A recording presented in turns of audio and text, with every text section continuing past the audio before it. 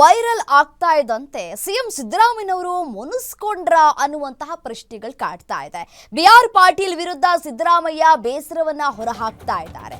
ನೆನೆಯಿಂದಲೂ ಬೆಂಗಳೂರಿನಲ್ಲೇ ಇರೋ ಪಾಟೀಲ್ ಕರೆದು ಮಾಹಿತಿಯನ್ನ ಪಡೆಯುವಂತೆ ಹೇಳಿದ್ದಂತಹ ಹೈಕಮಾಂಡ್ ಆದರೂ ಕೂಡ ಇಲ್ಲಿಯವರೆಗೂ ಕೂಡ ಪಾಟೀಲ್ಗೆ ಕರೆ ಮಾಡಿಲ್ಲ ಸಿಎಂ ಸಿದ್ದರಾಮಯ್ಯನವರು.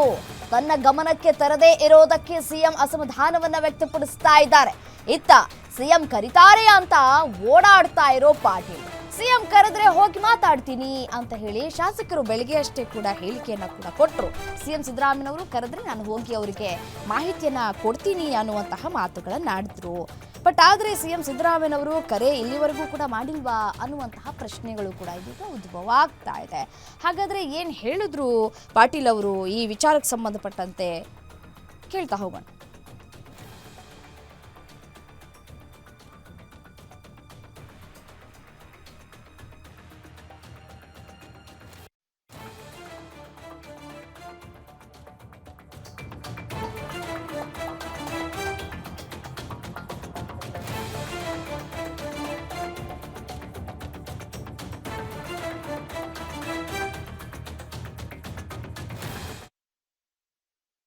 ನಮ್ಮ ಜೊತೆಗೆ ಇದೀಗ ಹಿರಿಯ ಶಾಸಕರಾಗಿರ್ತಕ್ಕಂಥ ಬಿಆರ್ ಪಾಟೀಲ್ ಇದ್ದಾರೆ. ಅವ್ರನ್ನೂ ಸಹ ಮಾತಾಡಿಸ್ತೀನಿ. ಸರ್, ನಿಮ್ಮ ಆಡಿಯೋ ಸಾಕಷ್ಟು ಸಂಚಲನವನ್ನು ಸೃಷ್ಟಿ ಮಾಡ್ತಾ ಇದೆ. ಆ ಆಡಿಯೋ ನಿಮ್ದೇನಾ? ಅದು ನಂದೇ.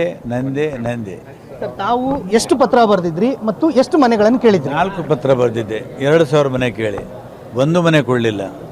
ಅದೇ ನಮ್ಮ ಗ್ರಾಮ ಪಂಚಾಯತಿ ಅಧ್ಯಕ್ಷರು ನಮ್ಮ ಕಡೆಯಿಂದ ಪತ್ರ ತೊಗೊಂಡೋಗಿ ಮಾಡ್ಕೊಂಬಂದರು. ಮತ್ತು ಇದು ಅನುಮಾನವಲ್ವಾ? ಹೆಂಗೈತದು? ನಮ್ಮ ಮಾತಿಗೆ ಬೆಲೆ ಇಲ್ವಾ? ನಿಮ್ಮಂಥ ಹಿರಿಯ ಶಾಸಕರಿಗೆ ಇದು ಪರಿಸ್ಥಿತಿ ಆದರೆ ಹೇಗೆ ಅಂತ ನಾನೇನು ಹೇಳಿದ್ದು? ಅದಕ್ಕೆ ನಾವು ಬೇಸರದಿಂದ ಹೇಳಿದ್ದೀನಿ ಅದು ಮಾತು. ಕೃಷ್ಣ ಬೈರೇಗೌಡರು ಕೂಡ ಬೇಸರದಿಂದ ಹೇಳಿದ್ದಾರೆ.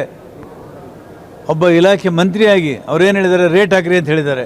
ಅದು ಇದರರ್ಥ ಸರ್ಕಾರದ ಮೇಲೆ ಆರೋಪ ಅಲ್ಲ, ಜನರ ಬಗ್ಗೆ ಕಳಕಳಿ ಇರೋದ್ರಿಂದ ಮಾತನ್ನು ಹೇಳಿದ್ದಾರೆ.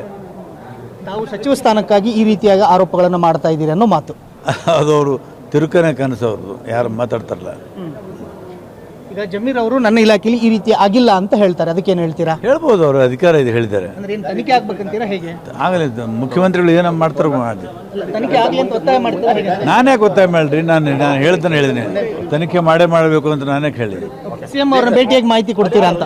ನಾನು ಸಿಎಂ ಕರೆದ್ರೆ ಹೋಗ್ತೀನಿ. ಇದಿಷ್ಟು ಹಿರಿಯ ಶಾಸಕರಾಗಿರ್ತಕ್ಕಂಥ ಬಿಆರ್ ಪಾಟೀಲ್ ರವರ ಮಾತುಗಳು. ನಾನು ನನ್ನ ಮಾತಿಗೆ ಕಟಬದ್ಧನಾಗಿದ್ದೀನಿ, ಆ ಆಡಿಯೋ ನಂದೇ ಅನ್ನೋ ಒಂದು ಮಾತುಗಳನ್ನು ಹೇಳ್ತಾ ಇರುವಂಥದ್ದು. ಕ್ಯಾಮರಾಮನ್ ಅಜಯ್ ಜೊತೆ ವೀರೇಶ್ ದಾನಿ, ಗ್ಯಾರಂಟಿ ನ್ಯೂಸ್, ಬೆಂಗಳೂರು.